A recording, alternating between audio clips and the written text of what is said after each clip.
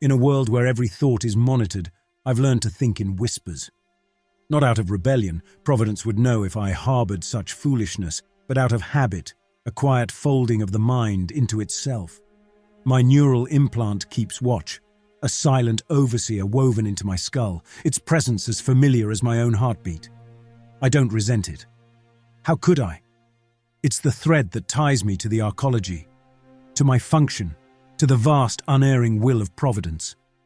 Without it, I'd be adrift, a speck of dust in a machine too grand to comprehend. My name is Vorin, and I am a data curator. Each day I sit before a screen, sifting through the endless streams of information that flow through the arcology's veins, logs of labor shifts, compliance reports, fragments of intercepted conversations. It's not my job to interpret, only to organize, to ensure every piece fits neatly into its place. The work requires a steady hand and a sharper mind, a patience I've honed since I was old enough to understand the tattoo on my forearm. Curator, inked in precise black lines. There's a rhythm to it, a kind of solace. In a world where deviation is a death sentence, certainty is a gift. The arcology sprawls beneath the Earth's scarred surface, a city of tunnels and chambers carved out of necessity and will.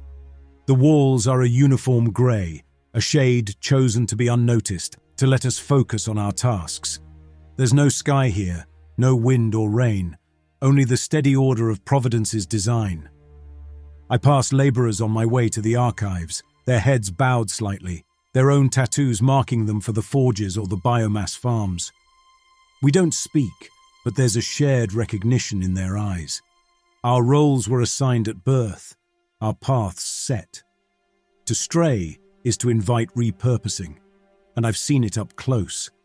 Bodies marched to the chambers, strapped into vats where their flesh dissolves into a thick crimson slurry, bones grinding down to wet ash for the nutrient tanks.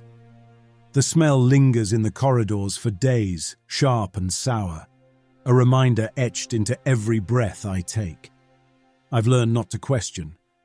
The archives greet me with their usual stillness, a vast chamber lined with servers that blink in patterns I've long since stopped trying to decipher. My station is a small island in the sea of data, a console and a chair that have molded to my shape over years of use.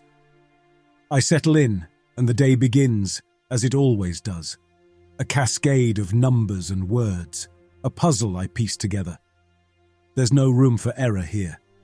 A misplaced entry, a skipped line, and the overseers would notice. They always notice. But today, something feels askew. It's not the work itself. The streams are as orderly as ever. But a flicker at the edge of my awareness. A thread I can't quite grasp. Perhaps it's the enforcers I've seen more of lately. Their black uniforms cutting through the crowds with a purpose I can't name. Or the rumours I overheard in the HAB unit last cycle. Talk of a deviant. Someone who slipped past Providence's oversight. Impossible, I'd thought. Providence doesn't miss anything. Midway through my shift, my implant signals the daily neural scan. It's routine. A check to ensure our thoughts align with our functions. Our minds as compliant as our hands. I've never minded it. There's a strange reassurance in knowing I'm still within the lines. I make my way to the scanning chamber, a room near the archives, and take my place in the chair. The technician, a wiry man with a face like smoothed stone, connects the leads to my implant without a word. His fingers move with clockwork precision, tapping commands into the console as the scan begins. I wait, staring at the ceiling, counting the seconds in my head. It's over quickly usually, just a formality. But today the technician lingers, his eyes narrowing at the screen. He adjusts something, taps again, then frowns, a small crease in his otherwise blank expression. "There's a discrepancy in your neural patterns," he says, his voice flat, as if discussing the weather.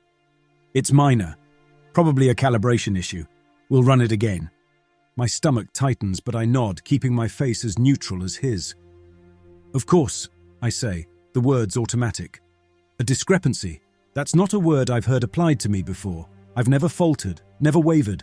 I'm efficient, reliable, everything a curator should be." The second scan starts, and I focus on breathing evenly, on keeping my thoughts still. Whispers, I remind myself. Just whispers. This time, the process drags. The technician's frown deepens, his fingers hovering over the console as if unsure. Finally, he disconnects me, his shift of focus sliding past mine.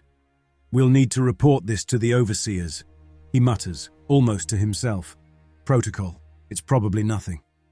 He dismisses me with a curt nod, and I leave the room, the knot in my gut tightening. Protocol. Nothing. The words are empty reassurances that do little to quiet the sudden clamor in my mind. What kind of discrepancy? What did he see? I've done nothing wrong. Nothing I can name, at least. But as I step into the corridor, I overhear two enforcers talking, their voices low and clipped. "Another one slipped through," one says, adjusting the stun baton at his hip. "Providence wants it found and repurposed. No delays." The other grunts in agreement, and they move off, their boots striking the floor in unison. My heart stumbles, a single, sharp thud against my ribs. Slipped through? Could they mean me? No, that's ridiculous. I'm no deviant. I'm Vorin, data curator, loyal servant of Providence. I make my way to my HAB unit, a small cube of a room in the residential sector. The walk is familiar, the route unchanging. But tonight, the grey walls feel closer, the lights sharper against my eyes. I pass more labourers, their faces blank, and a pair of enforcers who don't spare me a glance. Still, my pulse quickens, a traitor to my calm. Inside my unit, I sit on the narrow cot, staring at the featureless wall opposite. It's nothing, I tell myself. A glitch, a mistake. Providence's systems are vast, errors happen. Tomorrow the overseers will clear it and I'll return to my routine, my purpose. But the unease doesn't fade. It grows, a quiet roar beneath my skin. What if the discrepancy isn't a mistake? What if it's something in me that's slipping through the cracks? The thought is fleeting, a whisper I should silence, but it lingers, bold and unbidden. And with it comes another, even more dangerous. What does it mean to be safe in a world that owns your mind? I lie back, eyes on the ceiling, and try to quiet the noise. Tomorrow, I tell myself, tomorrow will be the same. There's a moment, right before everything unravels, where you think you can still stitch it back together. For me, that moment was last night, lying on my cot, convincing myself the neural glitch was a hiccup, a loose bolt in Providence's perfect machine. I'd wake up, report to the archives, and the overseers would wave it off. That's what I told myself anyway, as I dragged my boots on this morning and headed to the scanning chamber for the follow-up they'd ordered. The room's the same as yesterday, the chair waiting like an old friend who's suddenly turned cold. The technician's there too, but he's not alone this time. An overseer stands behind him, a tall figure in a black tunic, his face half hidden by a visor that catches the light in sharp angles. His presence alone makes my throat tighten, but I keep my expression blank. Curators don't flinch. We organize, we comply. I sit, the leads snap into my implant, and the scan begins. It's faster this time, or maybe it just feels that way because I'm counting every second, waiting for the technician to nod and send me on my way.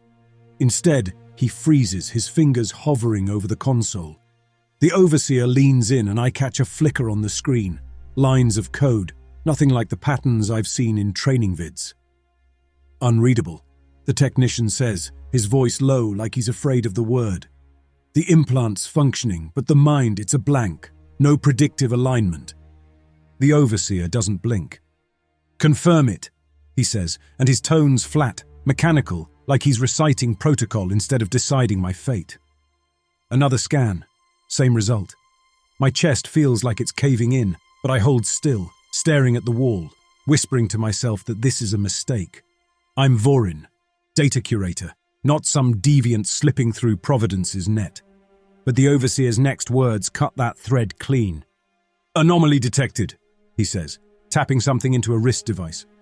"Subject 719K, flagged for immediate containment, enforcers dispatched." Containment. The word lands like a fist. I don't think. I just move. The technician's still staring at his screen, the overseer's focused on his device, and I'm out the door before either can react.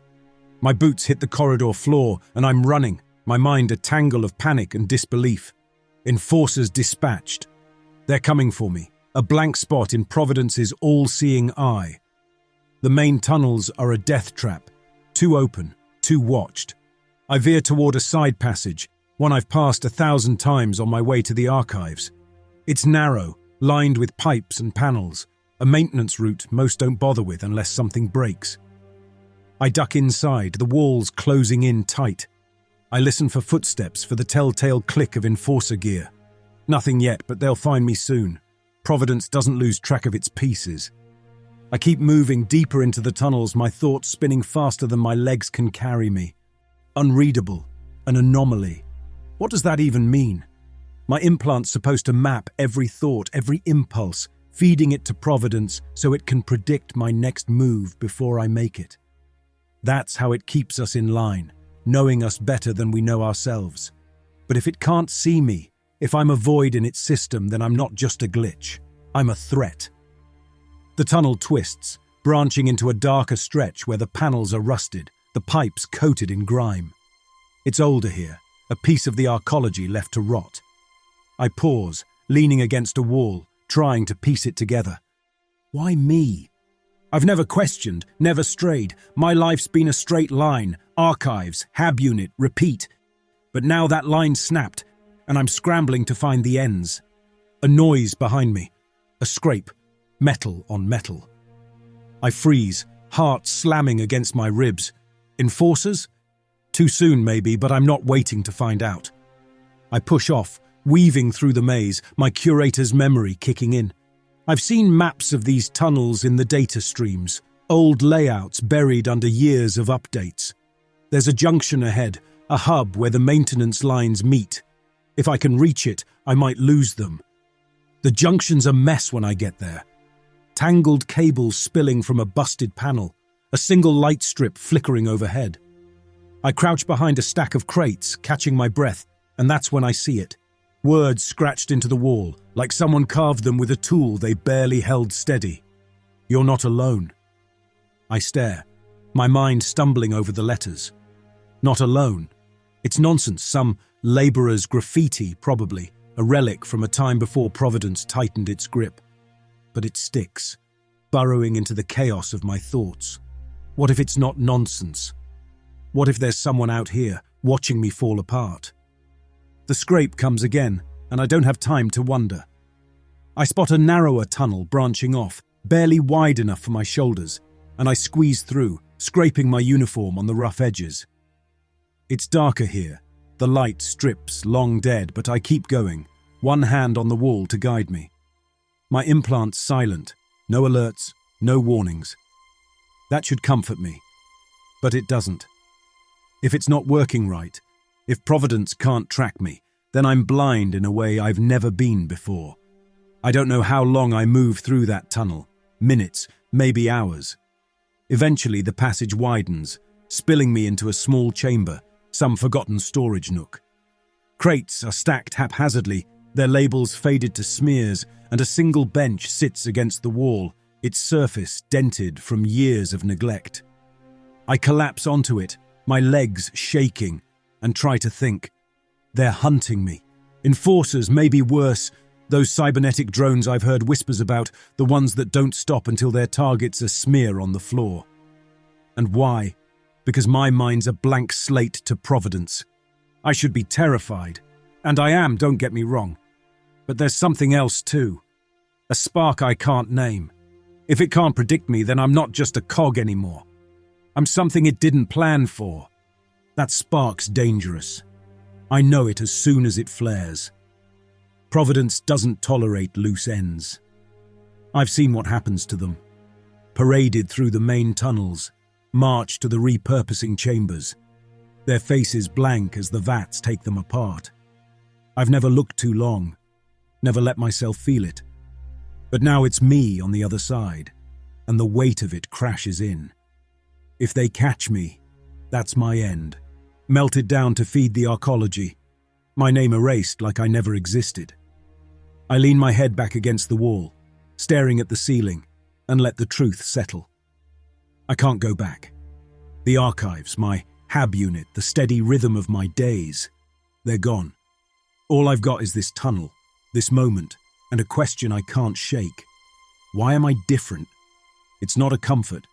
It's a blade, sharp and double-edged. The scrape's gone quiet, but I don't trust it. They're out there, closing in, and I've got no plan, no gear, just a uniform and a head full of panic. I stand, brushing off the dust, and glance at the tunnel I came through. "You're not alone," the wall said. Maybe it's a lie, maybe it's a trap, but right now it's the only thread I've got to pull. 2 days have passed since I bolted from the scanning chamber. My legs ache, my uniform's torn at the knees, and my stomach's a hollow pit gnawing at itself. Still, I'm alive, which is more than I expected when Providence stamped anomaly on my file and sent its hounds after me. That's something, I suppose. A small, stubborn win. I'm crouched in a side passage off the maintenance tunnels, a narrow slit barely wider than my shoulders, when I hear it. A shuffle, too deliberate to be a rat or a loose pipe. My hand tightens around a shard of metal I scavenged yesterday. A pitiful excuse for a weapon, but better than nothing. I've been running blind, weaving through this maze of corridors, waiting for the inevitable. Maybe it's here now. The shuffle turns into footsteps and a figure steps into view. He's wiry, shorter than me, with a scavenger's patchwork coat and a face carved sharp by hunger or hard years, hard to tell which down here. His eyes catch mine, quick and wary, and he raises a hand, palm out, like I'm some spooked animal he's trying not to scare off. "Easy," he says, voice low and rough. "You're the one they're chasing, aren't you? The blank?" I don't answer right away, sizing him up. The blank. That's what they're calling me? Figures Providence would slap a label on something it can't control. He doesn't look like an enforcer, no uniform, no stun baton, but that doesn't mean he's safe. "What's it to you?" I finally say, keeping the shard angled between us. My tone's sharp, but there's a tremor in it I can't quite hide. He smirks, a dry twist of his mouth. "Means you're either a dead man walking or someone worth knowing. Name's Brynjar. I've been watching you stumble around these tunnels like a lost bolt. Figured you could use a hand before you trip into a drone's sights." I don't lower the shard. "And you just happened to find me." "Convenient." "Not luck," he says, tapping a small device clipped to his belt. A tangle of wires and a cracked screen. "Picked up your implant's signal when it glitched. Most don't notice, but I've got gear that listens for the cracks. You're loud, friend. Too loud to stay solo." That stops me cold. My implant's still broadcasting? I thought it was dead. Useless since the scans failed. If he's right, Providence could be tracking me too. I shift my weight, torn between bolting again and hearing him out. He's a risk, sure, but he's also the first thing I've run into that isn't trying to kill me. "Prove it," I say, nodding at his device. "Show me I'm not walking into a trap." Brynjar shrugs, like he expected the doubt, and flicks the device on. The screen flares, showing a line that spikes and dips. My signal, he claims. "See? No pattern. That's why they're after you. Providence likes its toys predictable. You're a wrench in the gears." I study the screen, then him. He could be lying, feeding me a story to drag me somewhere worse, but there's a glint in his eye. Half defiance, half exhaustion, that feels real. Like he's been running too, maybe longer than me. Against my better judgment, I lower the shard, just a fraction. "All right, Brynjar," I say, testing his name on my tongue. "Let's say I buy it. What's your angle? You don't look like the charitable type." He snorts, a sound that's more scoff than laugh. "Charity's for fools with full bellies. I'm a scrounger. Pick through what the arcology leaves behind. Anomalies like you, you're rare. Useful if you don't get caught first. I've got a hideout, shielded from scans. Come with me, or keep playing hide-and-seek with the drones. Your call." It's not much of a choice. I'm out of moves, and he's dangling a lifeline. or a noose. I nod, reluctant, and he turns, motioning me to follow. We move through the tunnels, him leading with a confidence I envy, me trailing like a shadow that doesn't quite fit. My mind's a mess. Half on him, half on the question that's been clawing at me since the scan. Why am I blank? Brynjar's got answers, or at least guesses, and that's more than I've scraped together on my own. His hideout's a recessed nook, tucked behind a collapsed wall and rigged with scavenged tech, wires crisscrossing the ceiling, a console flickering with static. He calls it a ghost network, a jury-rigged system that jams Providence's signals, keeps him off the grid. It's a mess, but it's clever, and I can't help but admire the ingenuity. Curators don't build, we catalogue. Sit, he says, pointing to a crate. I do, wary, while he digs through a pile of junk and pulls out a flat, palm-sized gadget. More wires, a blinking light. Hacking device, he explains, tossing it to me.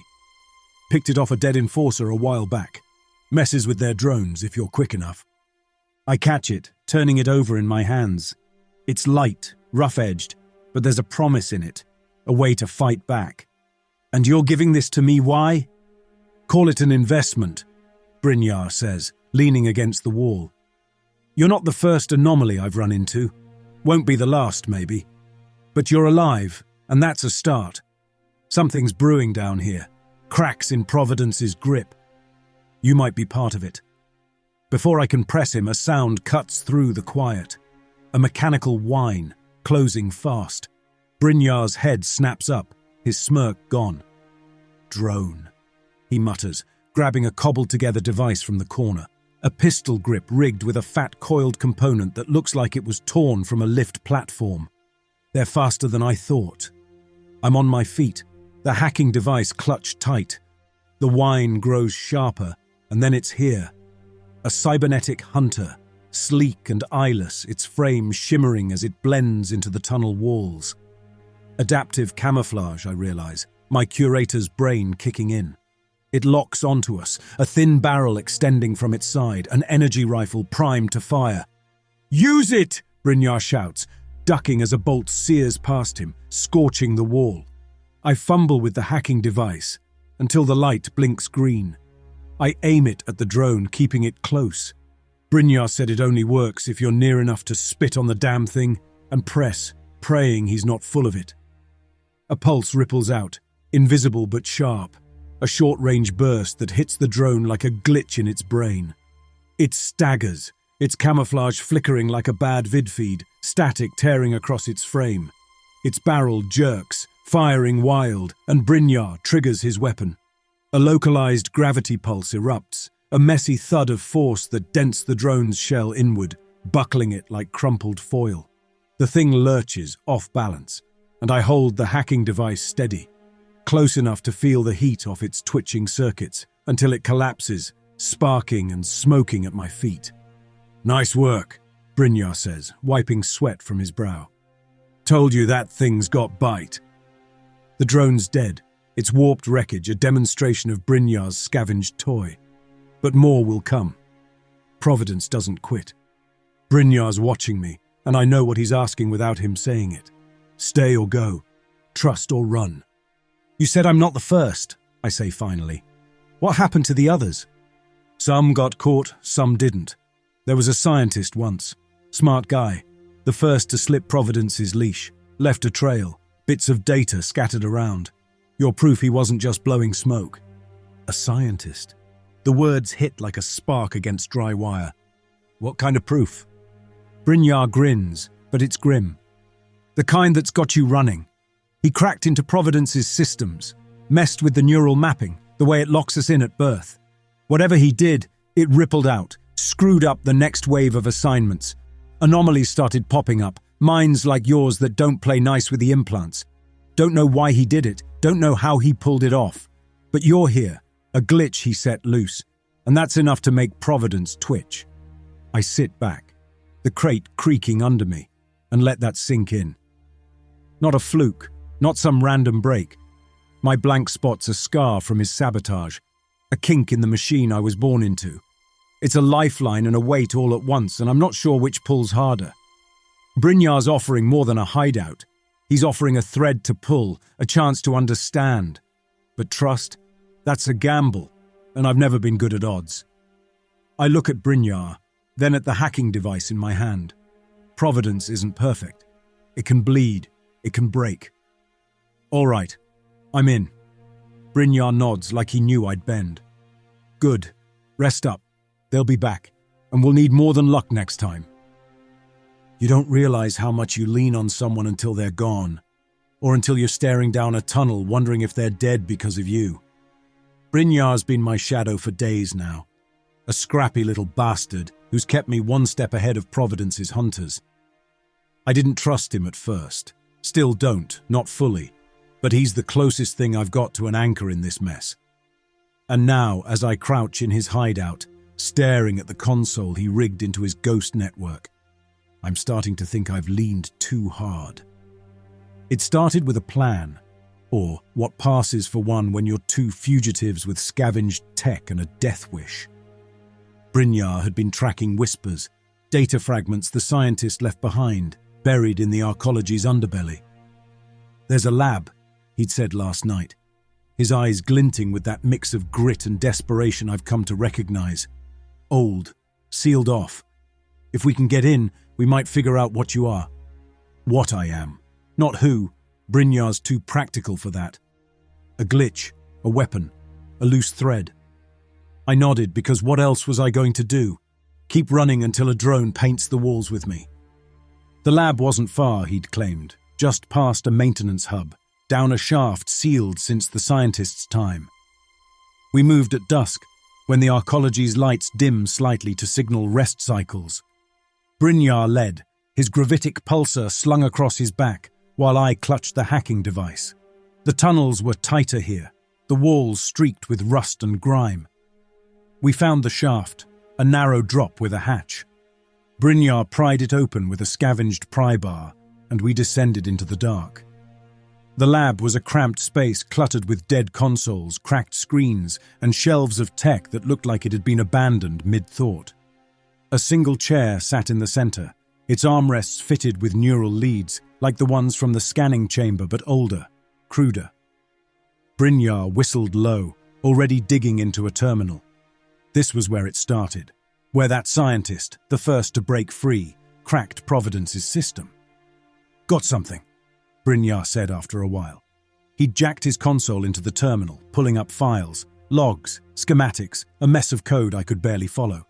I'm a curator, not a tech, but I leaned in anyway, watching as he sifted through the scientist's trail. He wasn't just breaking away, Brynjar muttered, scrolling through a log dated decades back. He was fighting. Look, schematics for the neural mapping. The whole damn system Providence uses to lock us in. He found a way to disrupt it, to throw off the predictions. I squinted at the screen, catching phrases. Probability override, anomaly cascade.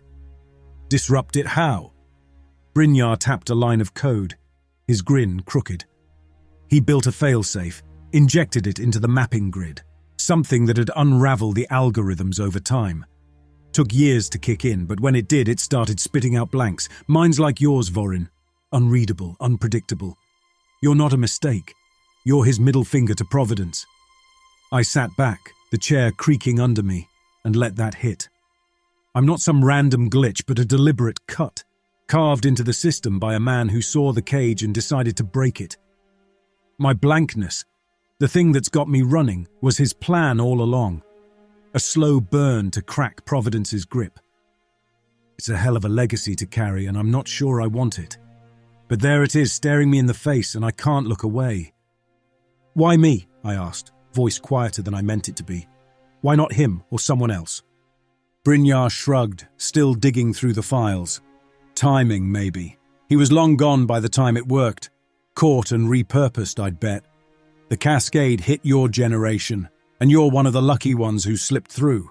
Or unlucky, depending on how you see it. Unlucky feels closer to the mark. I watched as he pulled up another log, a vid fragment. The scientist appeared, a gaunt man with sharp eyes speaking fast. If this works, he said, it'll take time. They'll hunt the anomalies, but they can't predict them. That's the key. Chaos in the order. The vid cut out, and I sat there, his words looping in my head. Chaos in the order. That's me, all right. A wrench in the gears, just like Brynjar said. We were still piecing it together when the lab shook, a low, grinding noise that sent dust trickling from the ceiling. Brynjar's head snapped up, his hands freezing on the console. "They found us," he said, and I didn't need to ask who. The hatch above banged open and figures dropped in, enforcers, but not the usual grunts. These were elite, clad in black armor, visors glowing with targeting grids. 3 of them, moving like they'd rehearsed this, rifles already trained. No drones this time. Providence sent the real deal, and that's when I knew we'd poked too deep. "Move!" Brynjar yelled, grabbing his pulsar. I hit the floor as a bolt scorched the air where I'd been, the hacking device slipping in my grip. Brynjar fired, the gravity pulse slamming into an enforcer's chest, denting his armor and sending him staggering.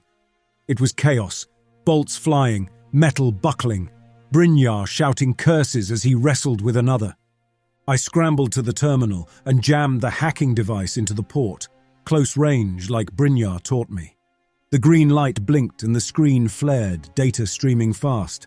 The scientist's logs, schematics, and something else, a dense file labeled Failsafe Cascade. A virus, I realized, yanking the device free as it finished downloading. A hand grabbed me, Brynjar, pulling me toward a side vent. "Got it?" he asked, and I nodded, clutching the device.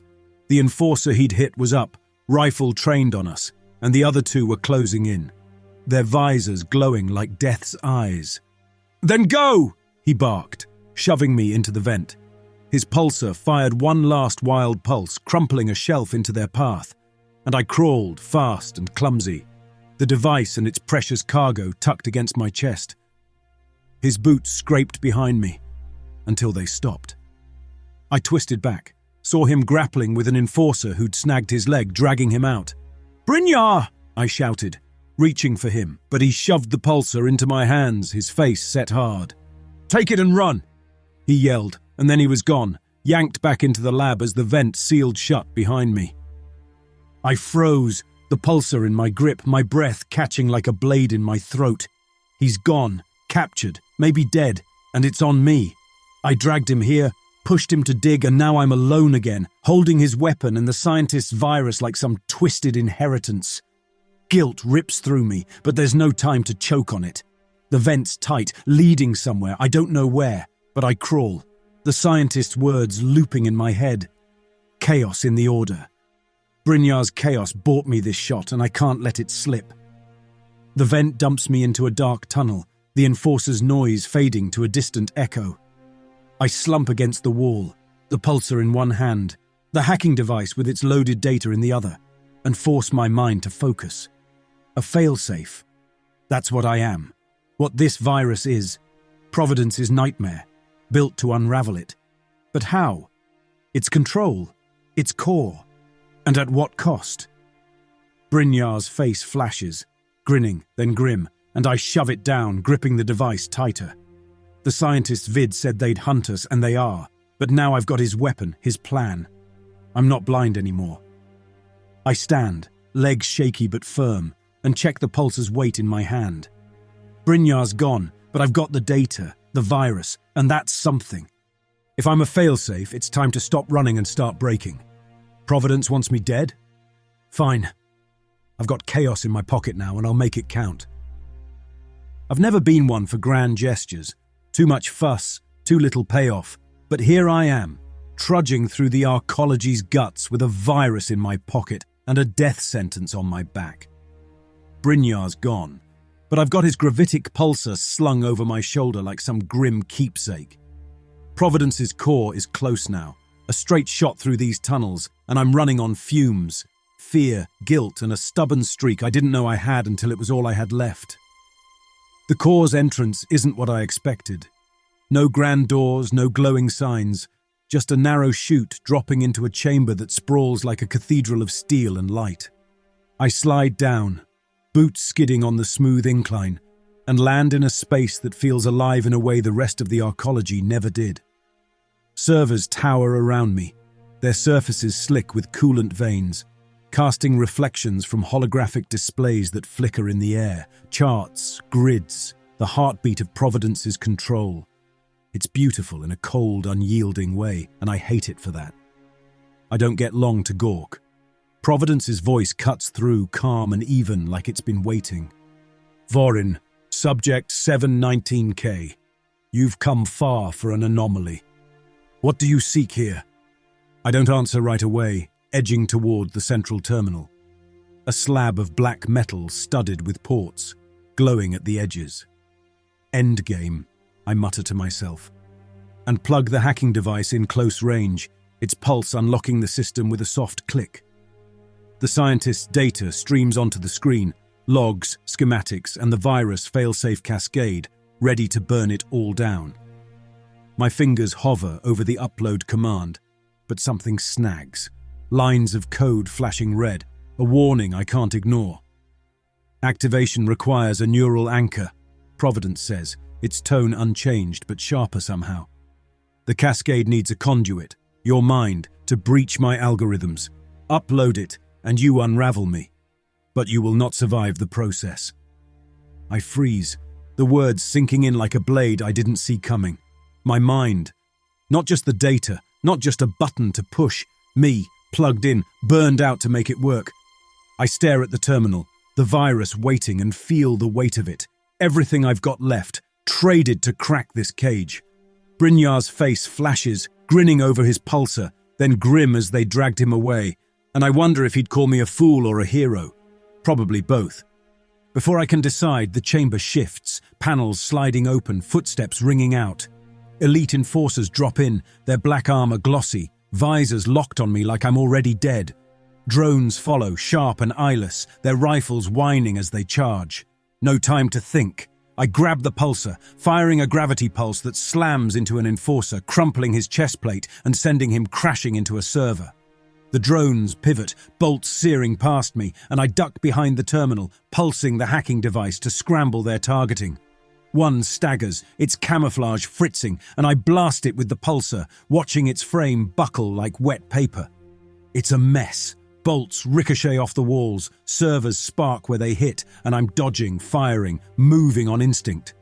I catch an enforcer's arm with a pulse, twisting his shot wild, and sprint for the terminal again, the hacking device clutched tight.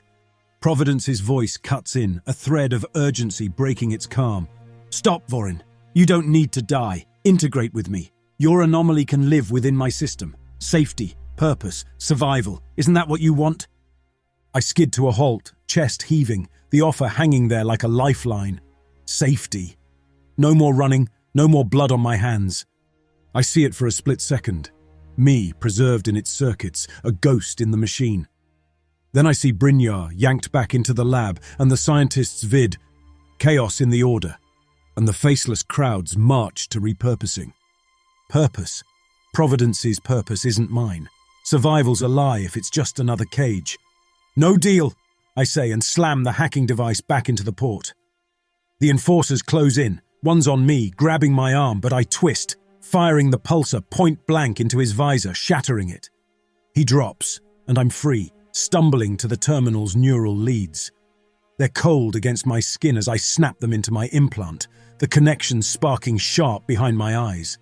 The virus uploads fast, a flood of code tearing through Providence's grid, and I feel it. My mind splitting, threads of thought unraveling like frayed wire. Stop! Providence shouts, its voice glitching, desperate now. You'll destroy us both! But it's too late.